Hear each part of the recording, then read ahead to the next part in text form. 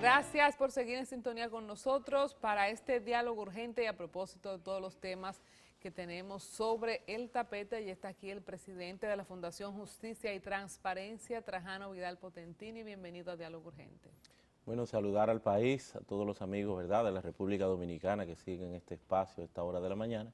Y de verdad que gracias del alma por la oportunidad, la posibilidad de compartir y presto a lo que ustedes entiendan. Trajano, posición de la Fundación en torno al Código Procesal Penal. ¿Cuál es su posición? ¿Qué entiende usted se debe reforzar, cambiar? ¿Cuál es su inquietud? Mira, el Código Procesal Penal en la República Dominicana a partir del 2002, que es cuando asumimos esa nueva normativa, porque hablar de apenas 14 años, de hecho esos 14 años, 12 solamente de su implementación, ha traído consigo pues mucha crítica. Yo diría que ha sido diabolizado a nivel de opinión pública este importante instrumento de política criminal, y de hecho mereció ya hace algún tiempo una reforma profunda. Lo cierto es que la posición que nosotros hemos reiterado y hemos fijado sobre el particular es que ciertamente es lamentable y lamentablemente sirve de cultivo a lo que es el quehacer delincuencial de la República Dominicana. No porque los códigos o las leyes tengan como fundamento o como propósito frenar la delincuencia. Los códigos son disuasivos sociales, los códigos son respuesta de la sociedad frente a la industria criminal, pero ciertamente le queda grande a la República Dominicana. No hemos podido ponernos a tono con lo que son las previsiones, con lo que es el exceso de garantismo que tiene el mismo, y como tal entonces sirve para viabilizar, posibilitar una movilidad mayor de la delincuencia que entra y sale de las cárceles sin que el mismo pues pueda dar espacio para retenerse más aún. Y todo ello pues se ha concretado en que la delincuencia pues siga en aumento. Yo creo que más que modificar nueva vez el código, lo que tenemos que hacer en el país es lograr que las instituciones estén acorde con la temática que el código plantea a la hora de hablar, por ejemplo, de la legalidad de la prueba. Todavía aquí hay lugares donde se interroga con un palo en la mano. Una prueba que se ha obtenido bajo ese esquema resulta ser ilegítima, resulta ser ilegal. El código plantea un plazo máximo para el proceso. Si no tenemos como una justicia de manera oportuna y rápida dar respuesta a esto, pues esas personas van a salir por deficiencia del sistema, no así del código. ¿Es garantista ese código? En exceso, es un hipergarantismo, y no solamente el código, sino es la nueva tendencia, el neoconstitucionalismo, la Constitución Dominicana, y un sinnúmero de garantías que tiene el Estado Dominicano, y con esto redundando, tiene el Estado Dominicano que garantizar. Bueno, y ante tantos temas calientes en el momento, ya se ha aplacado un poco el tema de la inclusión o no de esa ley especial, del aborto terapéutico, del aborto por tema de Salud, violación y de incesto. ¿Cuál es el camino, ya que este es el gran escollo por lo cual no pasó en la pasada legislatura? ¿Cuál es el camino para la aprobación de esa nueva reforma y cómo está usted de acuerdo o no respecto a este punto específico? Mira, en contexto con la primera pregunta que hacemos, o que ponemos sobre el tapete, sobre el Código Procesal Penal, está esa necesaria contraparte que lo es el Código Penal de la República Dominicana. Dos instrumentos ciertamente de política criminal, uno que establece lo que es el ámbito procedimental, que es el que tenemos en curso, y el otro que establece los tipos, las nuevas modalidades de criminalidad, sobre todo con ese componente de legalidad que dice que nula es la pena, nulo es el delito sin una ley previa. Todo tiene que estar contemplado, todo tiene que estar tipificado en este Código Penal que lamentablemente en la República Dominicana tiene más de 132 años. Tiene el Código Penal que en la actualidad está vigente. Hubo un intento, como bien señala Colombia, un intento en una oportunidad de que tuviéramos un código, y tuvimos nosotros el año pasado, a principio de año, que erradicar una instancia de inconstitucionalidad que posteriormente fue acogida y declarado el código que ya se había aprobado, y que ciertamente los escollos que había planteado inicialmente era la previsión en los artículos del 107 al 110 sobre la posibilidad, sobre la pertinencia de contemplar supuestos excepcionales para la despenalización del aborto por incesto, por relaciones con violación sexual y de igual forma el terapéutico y también el por malformaciones congénitas. El terapéutico está contemplado, está salvado en la Constitución en el artículo 42, que implícitamente lo asume, lo permite, y ese no sería necesario su inclusión en el código, sino más bien en una ley especial que desarrolle el ámbito en que todo esto se haría. Ese es el gran escollo. Saben ustedes que de manera puntual la iglesia y los grupos feministas, por otro lado, tienen puntos de vista encontrados que lamentablemente ese solo componente ha mantenido como una especie de rehén el Código Penal de la República Dominicana y no lo han dejado salir. ¿Cuál usted cree que debería ser la salida para...? Lo más lamentable de esto es que el Código Penal no solamente es aborto, es un componente mínimo de todo ese espectro jurídico penal que se requiere, que se necesita. Ahí contemplaríamos, por ejemplo, el sicariato y sobre todo la autoría penal. La autoría penal no está contemplada, no está penalizada en los términos de la gravedad que implica el tú participar de la actividad criminal. Un autor intelectual solamente es considerado por insuficiencia legal como un cómplice. En este caso sería igualitario. Claro, claro, es igualitario, serían coautores, la pena la suben hasta 60 años, 40 años y con cúmulo de penas por la comisión de otros delitos hasta 60 años puede llegar la pena, y entre otras disposiciones que son indispensables, que son necesarias que se contemplen.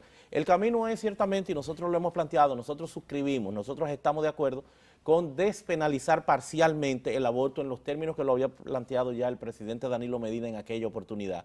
Y así lo hemos planteado, así hemos fijado posición, y entendemos que sí, que se debe, amén del propio código, también trabajar en el consenso de una ley especial que dé como resultado la forma en que deberá hacerse esto, los médicos que deberán decidir si sí o si no, los parámetros para ver cuándo hay el incesto, cuándo hay violación sexual, cuándo hay malformación congénita, y es lo que nosotros hemos planteado. Siguiendo con los códigos, hemos visto muchos menores involucrados en actos aberrantes, que unos dicen, bueno, catalogarlo como, juzgarlo como adulto, otros fortalecer las penas. En el Código del Menor, Trajano, ¿cuáles son, usted entiende, sus debilidades y por dónde se debe enfocar la sociedad para mejorar este asunto? El Código del Menor es concebido como un sistema, ¿verdad?, de protección de niños, niñas, adolescentes, más que una codificación.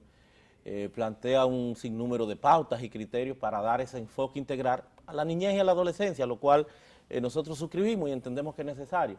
Nosotros hemos planteado ya reiteradamente que es necesario el aumento de las penas, no porque vayan a resolver la problemática de la delincuencia juvenil. En modo alguno, pena resuelve el problema delincuencial que responde a otras circunstancias multicausales que no están en los códigos. Fíjate que los códigos como mecanismo se activan a partir de la comisión del hecho, no antes. Y hemos planteado que el menor de hoy no es el menor de ayer. El avance de las redes sociales, la tecnología, la edad de conocimiento, de integración fuera, no es lo que había en otras oportunidades. Entonces entendemos que como respuesta, como disuasivo social, tiene que aumentarse la pena o tiene que haber una comisión que pueda perfectamente habilitar a los menores de edad para que bajo determinadas condiciones, bajo determinada verificación de los facultativos, en este caso multiactor o multidisciplinario, que puedan verificar esto, aumenten la pena y le juzgan como autor. Un menor de edad, 5 años por cualquier crimen grave, con la posibilidad de salir en 2 años y medio. Y en el caso, en ese mismo código de los adultos que utilizan a sabienda y en conocimiento de ese código a menores, ¿qué usted contemplaría se puede hacer con los adultos? Claro, por eso estamos hablando de, eso está contemplado, la parte de corrupción de menores, la parte de hasta autoría intelectual, eventualmente ya con el Código Penal en curso. Pero ciertamente no solamente es a quienes le utilizan de mula, porque ciertamente para la comisión de diversos crímenes graves, porque ciertamente reiteramos, el menor de hoy no es el menor de ayer. Por eso nosotros hablamos que hay que verificar si están en condiciones de que se puedan habilitar bajo determinadas condiciones ante la comisión de crímenes graves para ser juzgados como menores e imponerle el máximo de la pena, como pasa, o una pena más respetable, como pasa, por ejemplo, en Estados Unidos. En Estados Unidos, si verifican que hay el discernimiento, que hay una edad mental avanzada, hasta pena de muerte condenan. No es que estemos pidiendo eso porque en República Dominicana es imposible. El tema de pena de muerte ni siquiera está contemplado, pero ciertamente... Por lo menos a nivel de sentencia no. Efectivamente, en el ámbito legal no está así, porque el intercambio de disparos y otras modalidades que eventualmente pudieran interpretarse, pudieran dar como resultado eso mismo. Pero ciertamente tiene que haber una pena mayor, yo creo que es importante, porque no es justo que una persona de 17 años y medio, 5 años con un crimen grave y en 2 años y medio sale de lo que son las cárceles, la posibilidad de salir en 2 años y medio, Sale o a los profesional 5, ahí. profesional, porque son universidades del crimen. Trajano Vidal Potentini, transparencia y justicia, justicia y transparencia. ¿Cómo ha avanzado República Dominicana a propósito de la fecha de que mañana se renueva la toma de posesión del presidente Danilo Medina en su reelección? Algunos cambios quizás en el sector justicia, no sabemos, pero ¿cómo hemos avanzado desde su perspectiva y su fundación en justicia y transparencia?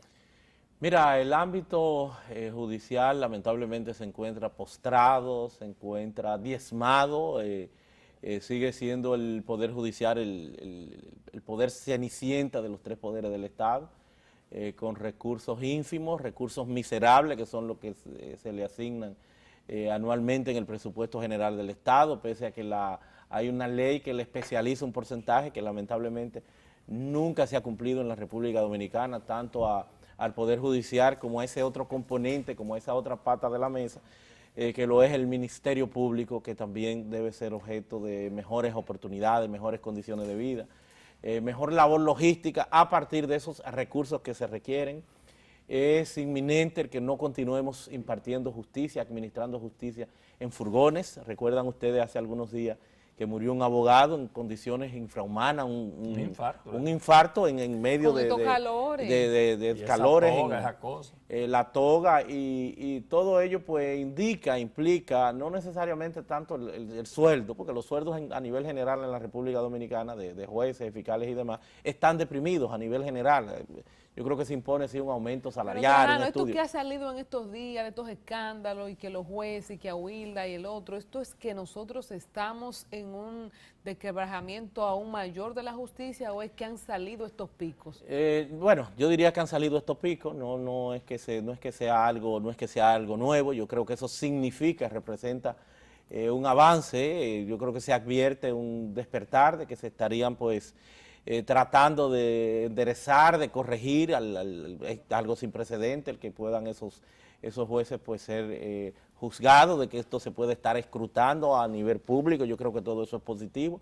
Lo que abogamos como justicia y transparencia es que se reconozca, se entienda, se asimile que todo imputado está investido de una presunción de inocencia, de esa verdad interina que te dice que tú eres inocente hasta tanto no hay una sentencia firme, y que como tal se respete, se observe el debido proceso de ley, sus derechos fundamentales, pero es fundamental, es conveniente el que esto pues se lleve hasta las últimas consecuencias, como tantos casos que vemos, el mismo de los supertucanos que se está indagando, se está investigando, y otros. Yo creo que eso significa que se está avanzando, aún cuando el tema corrupción en la República Dominicana es un tema hasta cultural. Ahí mismo, antes de pasar a nuestro compañero Iván, que tiene una pregunta para usted. Vemos que ahora se discuten muchos temas en la prensa. Vemos una directora del PETCA que filtra informaciones, que sale el procurador diciendo que las investigaciones están en tal punto. ¿Cómo usted valora el desempeño frente a algunos casos que han salido del Ministerio Público en sentido general? Bueno, ciertamente nosotros lo que hacemos es que suscribimos, apoyamos cualquier iniciativa orientada, tendente a desenmarañar, a investigar, a profundizar en casos que han sido objeto de escándalo en la República Dominicana. Nosotros creemos que es saludable, creemos que hay muchos casos que deben ser objeto de la misma suerte, que deben indagarse, que deben darse a conocer por parte del Ministerio Público. Lo que sí nos preocupa es posiblemente el populismo en que muchas de estas cosas se puedan envolver, donde equivale a una especie de condena mediática casi el que señalen a una persona, y más aún cuando estamos en presencia, reitero, de esa verdad interina que acompaña a todo a todo, en este caso ni siquiera imputado, porque se está mencionando prácticamente el Senado en pleno, los diputados, que tienen en principio una función, una facultad constitucional que no debe estar en discusión, estén o no conteste con el favor de la gente, estén o no de acuerdo con el favor de la gente. Si aprobaron un contrato, es un contrato que lo aprobaron como poder del Estado y estemos o no de acuerdo, no nos corresponde en este caso condenarle por sí cuestionarlo porque podamos estar o no en desacuerdo, pero no nos corresponde porque son sus funciones y facultades. Entonces, envolver el Congreso completo en este proceso, porque fueron quienes aprobaron este contrato, no, hay un sinnúmero de contratos con los que no hemos estado de acuerdo, como el de Barrigol y otros tantos, el tema de la electricidad, todos esos son contratos que han sido refrendados, aprobados dentro de sus funciones y facultades constitucionales. Ahora, si se determina, como se está planteando en un caso en particular, de que hubo soborno para la aprobación de esa ley, entonces sí ahí entra el Ministerio Público en ese caso, o en esos casos en particular, y indagar, investigar de conformidad con la normativa penal. Pero esa exposición pública, Trajano, ¿no le hace daño al proceso? No necesariamente. Deben tener los medios de comunicación, la libertad de expresión, el derecho a la información del artículo 49, ya en su redimensión, ¿verdad? No solamente como libertad de expresión, sino con esas tantas capacidades de investigar, de difundir por cualquier medio, solicitar informaciones, es saludable para la democracia. Este es un derecho que tiene un carácter instrumental, atraviesa el resto del ordenamiento jurídico y que no solamente en República Dominicana, sino a nivel internacional, esta labor que ustedes hacen tiene una protección especial y privilegiada en cualquier democracia. Vamos a conectar con Iván Fernández, que tiene una pregunta para usted. Trajano, la semana pasada vimos publicado en varios medios impresos una declaración del lanzamiento de la iniciativa por la institucionalidad democrática de la República Dominicana. Dentro de los firmantes no aparece la Fundación Justicia y Transparencia. Quisiera saber su opinión al respecto de dicha publicación y su opinión sobre lo que contiene, que es el cuestionamiento sobre la ley de partidos políticos, ley de todo lo que tiene que ver con la parte política y electoral del país. ¿Cuál es la opinión de Fundación? Mira, Iván, solo decirte que la sociedad civil en la República Dominicana es extensa, es diversa, es amplia. Y hay un sinnúmero de iniciativas que tampoco hemos suscrito, en las que tampoco hemos participado, de las que no conocemos inicialmente, y muchas de ellas, como el caso concreto y particular de esta iniciativa por la institucionalidad que estaría suscribiendo, que estaría gestionando el Consejo Nacional de la empresa privada, nosotros pues la apoyamos, la valoramos de positivo, entendemos que sí, que la misma es atendible, que se trata de entidades, instituciones muy reputadas y que bien pudieran hacer una gran labor, un gran trabajo. Nosotros desarrollamos y trabajamos en varios ámbitos en donde pues lo que servimos como sociedad civil en muchos casos es para complementar esas diversas acciones que, reitero, en el espectro político nacional son por demás positivas, atendibles, el hablar de ley de partidos políticos, el seguimiento de lo que será eventualmente el tema de las altas cortes, la selección de lo mismo, los pactos que están en proceso, el eléctrico, eventualmente el fiscal, pues yo creo que todo esto es positivo y nosotros pues apoyamos y vemos como altamente beneficioso para el país el que pueda integrarse en bloque, en diferentes segmentos, en diferentes actividades de la sociedad civil para objetivos tan altos como este. Las altas cortes, nos prestamos ya a renovación de algunos, a elección de otros. ¿Qué esperan ustedes de este proceso del Consejo Nacional de la Magistratura?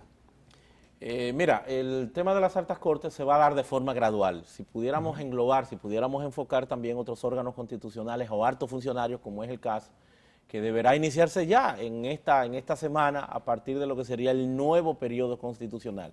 Estamos hablando que como altas cortes solamente se estaría renovando en este momento, en esta oportunidad, el Tribunal Superior Electoral, que es el que ameritará de la reunión del Consejo Nacional de la Magistratura para este fin, para este objetivo. Ya las demás altas cortes, que sería la Suprema Corte de Justicia y el Tribunal Constitucional, como los plazos son más amplios, son más largos, el Tribunal Constitucional en esta primera oportunidad hay una renovación por tercio de apenas 4 miembros en 6 años.